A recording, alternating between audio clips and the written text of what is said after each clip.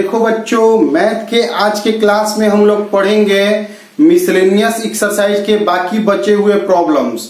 तो समझना है, सीखना है। इसमें थोड़े अच्छे सवाल हैं आज के क्लास में, इसलिए ध्यान पूर्वक सब चीज को समझोगे।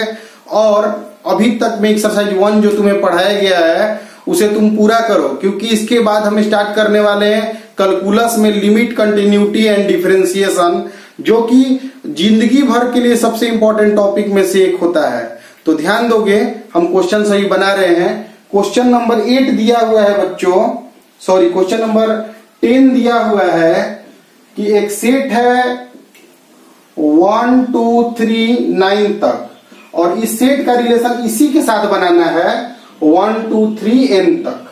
1 से n तक यह है और 1 से n तक यह है। फंक्शन कैसा बनना चाहिए? तो ऑन टू फंक्शन बनना चाहिए। इसका मतलब इसमें से कोई चीज खाली नहीं होना चाहिए। ऑन टू होने के लिए इसमें भी कोई चीज खाली नहीं होना चाहिए। यानी कि अगर सोचो कि अगर हम इसमें से अगर कोई भी चीज, अगर हम दो चीजों से रिलेटेड कर दे तो कोई एक चीज खाली रह जाएगा इसमें। मतलब ध्यान दो बच्चों, मान लो इसमें 5 एलिमेंट है और इसमें भी 5 एलिमेंट है, तो 5 एलिमेंट का 5 एलिमेंट से रिलेशन करना है और ऑन टू होना चाहिए, माने खाली नहीं होगा, तो 1 1 भी होगा। ठीक है। Since number of elements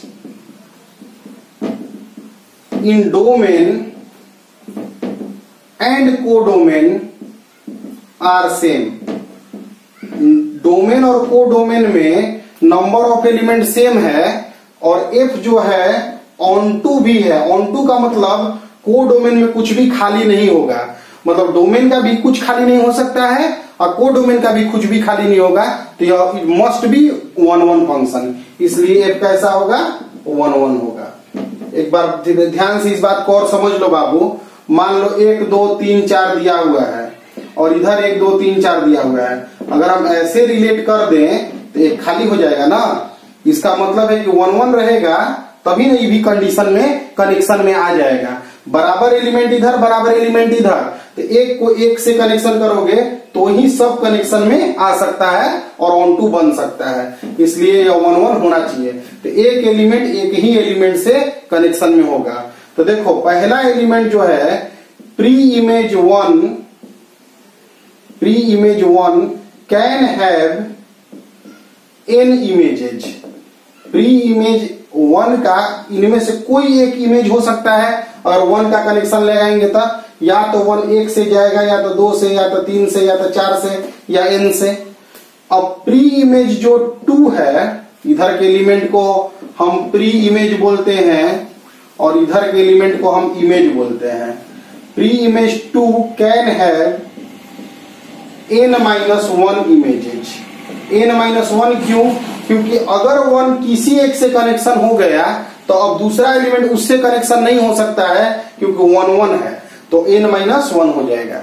example में अगर 10 एलिमेंट का सेट है और इधर भी 10 एलिमेंट है, यह 10 तरीका से कनेक्शन में आ सकता है। कोई भी 10 से कनेक्शन में आ सकता था। अगर कोई एक से आ गया तो दूसरा एलिमेंट के लिए 9 ही रिक्त स्थान बचे, तो n-1। उसी प्रकार pre image 3 can have n-2 images. मतलब पॉसिबल n इमेजेज हो सकते हैं, मतलब n इसका खाली n इमेजेज में यह कनेक्शन हो सकता है। यानी कोई एक ही लेना है, लेकिन इसका संभावना क्या है? n होने का।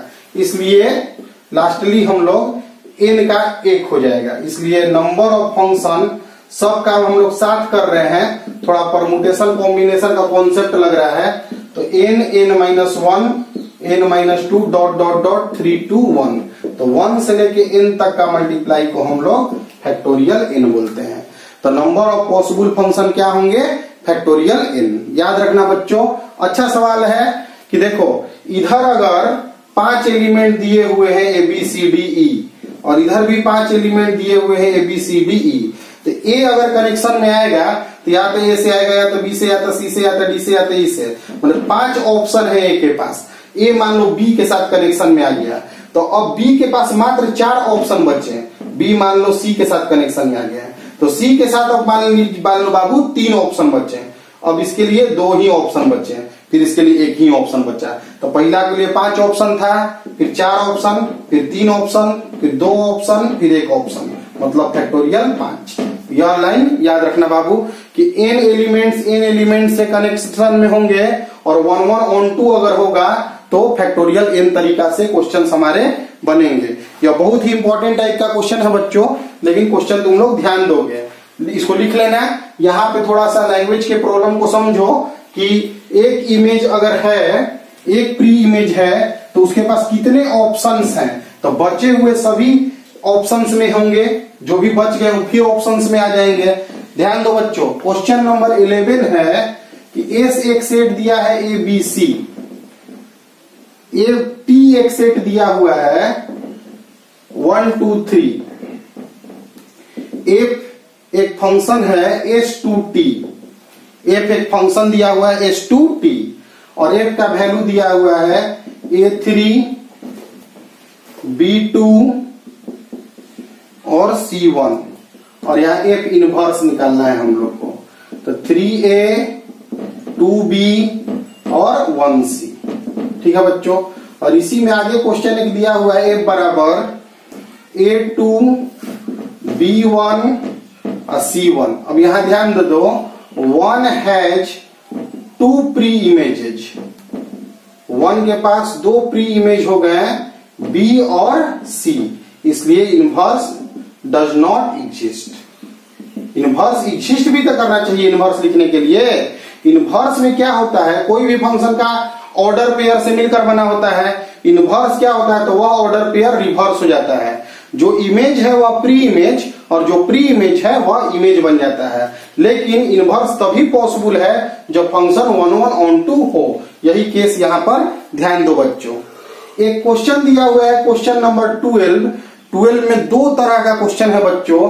पहला क्वेश्चन है a star b a minus b का मॉड। अब बोल रहा है कि यह कम्यूटेटिव है, शो करो। स्टार जो है वह कम्यूटेटिव है, तो देखो बाबू 4 कम्यूटेटिव, अगर हम कम्यूटेटिव को ध्यान दे बच्चों तो a star b a minus b का मॉड, या 2 एलिमेंट्स के बीच में बाइनरी ऑपरेशन का डिफिनीशन इस प्रकार की दिया हुआ है, और b माइनस a लिखोगे तो b माइनस a का मॉड, b a का स्टार करोगे तो b माइनस a का मॉड।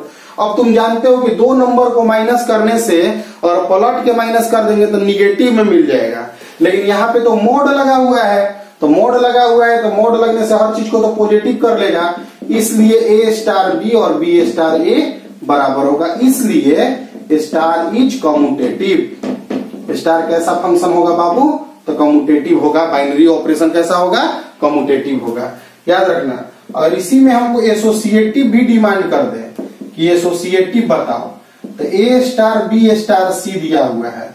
फिर से वही है, थोड़ा जटिलता क्वेश्चन बनाने में नहीं है, ध्यान देने में है बच्चों। देखो a स्टार, इसको लिख दोगे b माइनस c का मोड, क्योंकि स्टार का डिफिनीशन यहाँ पे बीच में माइनस लगा के मोड लगाया हुआ है। यहाँ पे लिखोगे तो a minus b minus c का मोड। अगर a star b star c लिखोगे तो लिखोगे a माइनस b का मोड स्टार c, तो a माइनस b का मोड माइनस c का मोड। अब देखो यहाँ दोनों बराबर नहीं है, क्योंकि दोनों के अंदर का मोड अलग अलग केस से बाहर निकलेगा। इसमें b c से बड़ा होगा तब मोड का कुछ केस होगा, और इसमें a b के केस के चलते मोड निकलेगा, इसलिए दोनों बराबर नहीं है, इसलिए star is not associative. Star जो है एसोसिएटिव नहीं है। इसी क्वेश्चन में 12 में ही एक क्वेश्चन दिया है कि AOB ओ जो यहाँ पे दिख रहा है वह एक बाइनरी ऑपरेशन को दिखा रहा है। AOB बराबर दिया है A, तो बोल रहा है कि क्या यह कम्यूटेटिव है, तो अगर तुम BOA निकालोगे तो तुम B लिखोगे, AOB बराबर तुम A लिखोगे तो BOA बराबर क्या लिखोगे B, यानी कि कम्यूटेटिव नहीं है। O is not commutative. इसी में अगर आगे बढ़ते हैं AOBOC, तो AOBOC को तुम B लिख दोगे, तो AOB बराबर हो गया मेरा A, AOBOC, तो AOB बराबर AOC, तो A यहाँ पे तुम्हारा क्या है बाबू, एसोसिएटिव आ गया। O is associative. अभी देखो हम डील कर रहे हैं तो सिर्फ प्रॉब्लम को डील कर रहे हैं, प्रॉब्लम सॉल्यूशन को डील कर रहे हैं। तो ऐसा ही यह चैप्टर है, इसी तरह का यह चैप्टर दिया हुआ है बच्चों। इस चैप्टर में तुम्हें कम्यूटेटिव एसोसिएटिव देखने का रूल्स मिलते हैं, इनवर्स होगा या नहीं होगा, होगा तो कैसे बनेगा, तो सभी चीजें तुम्हें शुरुआत से ही समझाई गई हैं। सभी वीडियोज को अभी तक अगर तुम देख चुके होगे तो क्लास को तुम समझ जाओगे, लेकिन तुमको पीछे के वीडियोज पे थोड़ा काम करना पड़ेगा बच्चों। तो मेहनत करो पीछे के वीडियोज के लिए तुम लोग। देखो बाबू, ए और बी क्वेश्चन नंबर 13 दिया हुआ है कि ए और बी जो है वह सेट्स हैं, और ए स्टार बी का डिफिनीशन इस प्रकार दिया है, ए माइनस बी, दो सेट्स का सब्सट्रैक्शन यूनियन बी माइनस ए। इस क्वेश्चन में शो करना है क्या हमें कि फाई जो है टू शो, फाई जिसे हम आइडेंटिटी सेट कहते हैं जिसमें कुछ नहीं होता है, आइडेंटिटी माने कुछ नहीं, नल सेट, सॉरी फाई जो है नल सेट है, null set is identity element, यही शो करना है हमें बात। तो देखो बच्चों, आइडेंटिटी एलिमेंट कहते किसे हैं, जिसके साथ ऑपरेशन हुआ तो वही चीज मिल जाए, यही ना होता है आइडेंटिटी। आइडेंटिटी का मतलब है कि ए स्टार ई बराबर ए मिल जाना चाहिए, ए स्टार ई जो है मेरा ए मिल जाना चाहिए। इसका मतलब है कि ए का ई के साथ बाइनरी ऑपरेशन किए तो फिर ए मिल गया, तो ई को ही हम आइडेंटिटी कहते हैं। तो यहाँ पे फाई जो है वह आइडेंटिटी एलिमेंट शो करना है, तो हम ए स्टार फाई निकाल रहे हैं बाबू। क्यों? क्योंकि ए स्टार फाई निकालने के बाद अगर हम ए पा लेंगे तो इसका मतलब फाई जो होगा वह आइडेंटिटी होगा। तो बी के जगह पे फाई से रिप्लेस करो, ए माइनस फाई, फाई माइनस ए। देखो ए में से कुछ नहीं माइनस हुआ तो ए बचा, और फाई कुछ नहीं में से कुछ घटाओ तो कुछ नहीं बचेगा, तो यहाँ पे ए मिल गया। क्योंकि यूनियन का मतलब मिलाना, ए को और कुछ नहीं को मिला के लिखो तो ए मिल जाएगा। यहाँ पे थोड़ा 11th क्लास के सेट्स के चीजें यूज हो रही हैं, जो बच्चे सेट्स नहीं पढ़े होंगे वह सब्सट्रैक्शन और यूनियन को 11th क्लास के बुक में देख लेंगे। तो यहाँ पे ए स्टार फाई हमको ए मिल गया, इसलिए फाई जो है मेरा आइडेंटिटी एलिमेंट होगा। देखो बच्चों ध्यान दो, अब इसी क्वेश्चन में कह रहा है to show A is inverse of itself, A ही इसका इनवर्स है। तो देखो इनवर्स किसे कहते हैं, ए स्टार बी किए और फिर ई मिल गया, मतलब आइडेंटिटी प्राप्त हो गया। ए स्टार बी किए और आइडेंटिटी प्राप्त हुआ तो बी जो है ए का इनवर्स कहा जाता है। मतलब दो नंबरों के बीच में बाइनरी ऑपरेशन करने के बाद अगर हमें आइडेंटिटी प्राप्त हो जाए तो वही दोनों नंबर एक दूसरे के इनवर्स कहे जाते हैं। तो यहाँ बच्चों ध्यान दोगे कि अगर हम ए को ए का ही इनवर्स लाना है तो ए में ए के साथ ही बाइनरी कर रहे हैं, तो A minus A union A minus A में से घटा दो तो फाई आ जाएगा, यूनियन फाई। तो फाई माने होता है कुछ नहीं, तो फाई ही ना आइडेंटिटी था। तो दो नंबरों के बीच में, दो सेट्स के बीच में जब हम बाइनरी ऑपरेशन किए तो हम पाए आइडेंटिटी, तो वह दोनों एक दूसरा का इनवर्स होगा। इसलिए साबित हो गया कि ए इज इनवर्स ऑफ इटसेल्फ। यह क्वेश्चन क्या था, यह क्वेश्चन था कि हमें साबित करना था कि फाई इसका आइडेंटिटी एलिमेंट होगा। तो आइडेंटिटी एलिमेंट के लिए बस लॉजिक याद रखना कि किसी भी एलिमेंट के साथ आइडेंटिटी एलिमेंट का बाइनरी ऑपरेशन करते हैं तो वही चीज फिर आ जाता है। और इनवर्स का होता है बाबू कि दो नंबरों को अगर एक दूसरा से अगर हम बाइनरी ऑपरेशन किए तो हमें आइडेंटिटी एलिमेंट प्राप्त हो जाता है, तो प्राप्त हो गया। तो यह बहुत ही सिंपल साधारण क्वेश्चन है, थोड़ा लिखने में थोड़ा मुश्किल है लेकिन क्वेश्चन है आसान। क्वेश्चन नंबर 14 देखो बच्चों, एक सेट है 0 1 2 3 4 5, इसके बीच में मेरा स्टार डिफाइंड है, और ए स्टार बी जो दिया हुआ है वह दिया है ए प्लस बी 6 से छोटा और ए प्लस बी माइनस 6 जब ए प्लस बी 6 से बड़ा हो या बराबर हो। तो हमको प्रूव करना है कि 0 इसका आइडेंटिटी होगा और 6 माइनस ए इसका इनवर्स होगा। तो पहले ध्यान दो बच्चों, बढ़िया से समझना है। हमें आइडेंटिटी निकालना है और हमें इनवर्स भी निकालना है। तो ध्यान देना, एक बाइनरी ऑपरेशन दिया हुआ है, दिए हुए सेट में वह बाइनरी ऑपरेशन है और प्रूफ हमें इसमें तुमको आइडेंटिटी एलिमेंट निकालना है। तो पहला नंबर बात है कि आपका कम्यूटेटिव है a प्लस बी या b plus a plus B plus a, यही बात है। इसके पीछे वीडियो जाके जरूर देखो, बाइनरी का क्या केसेज बताया है। इसलिए मिसलेनियस पढ़ना बहुत जरूरी चीज होता है, क्योंकि उसमें सभी चीजें थोड़ी थोड़ी क्वेश्चंस में दी हुई होती हैं, जिसके थ्रू हम पूरे चैप्टर को रिवाइज कर लेते हैं।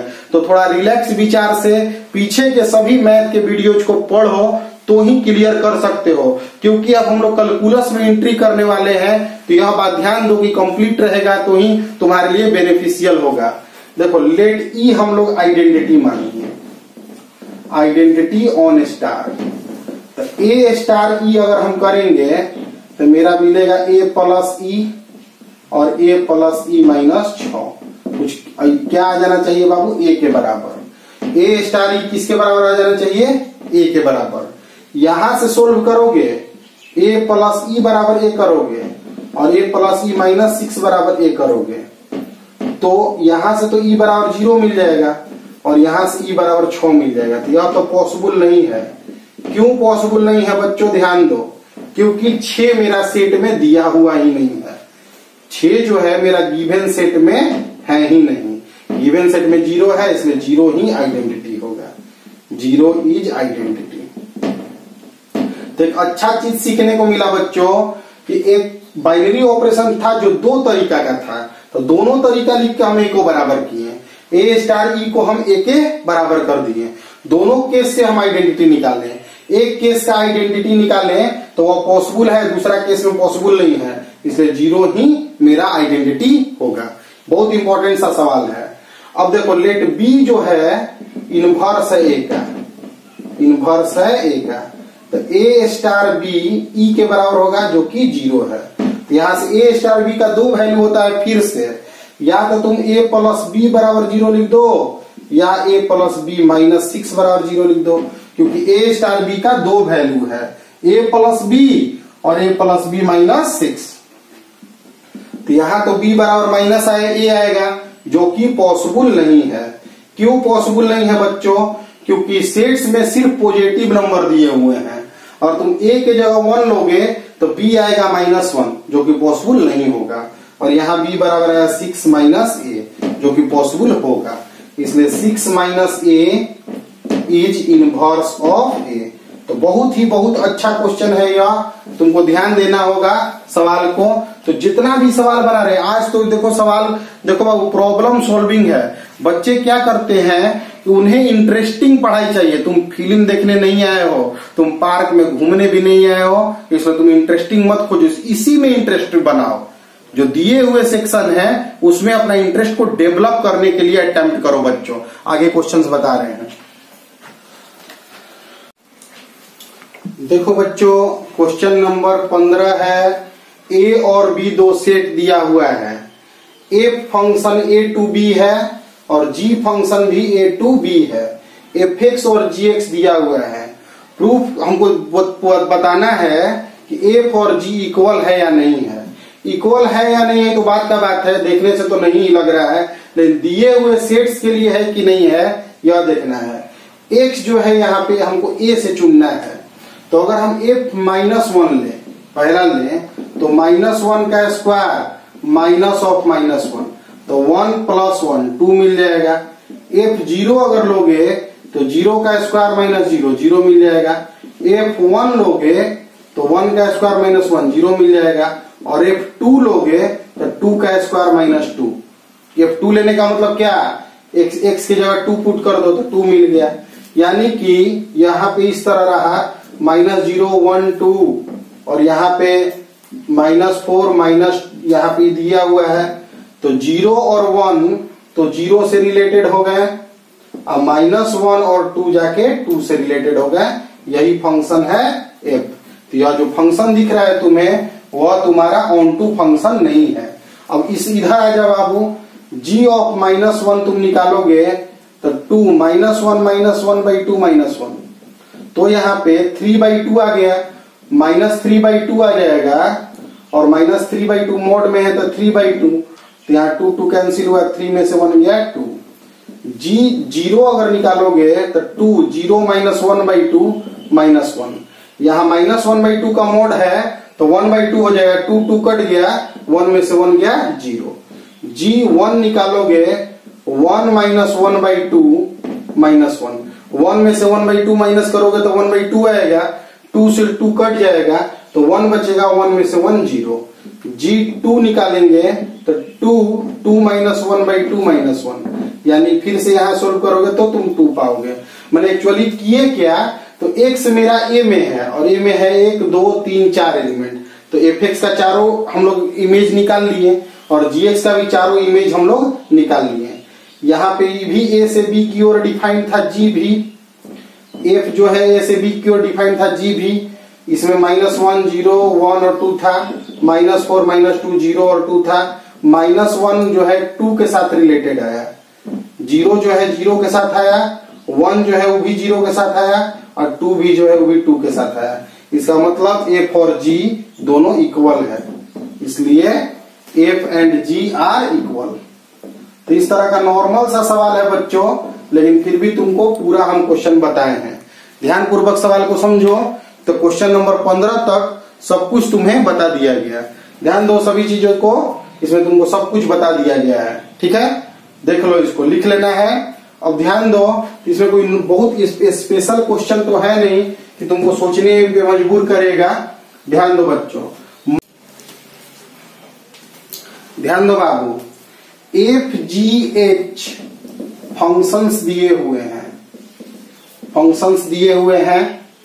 तो f of g of h, इन दोनों का कॉम्पोजिशन करने के बाद जो मिलेगा उसका कॉम्पोजिशन f के साथ करो, और f ऑफ g का कॉम्पोजिशन कर लो, फिर h के साथ कॉम्पोजिशन करो, यह दोनों बराबर होते हैं।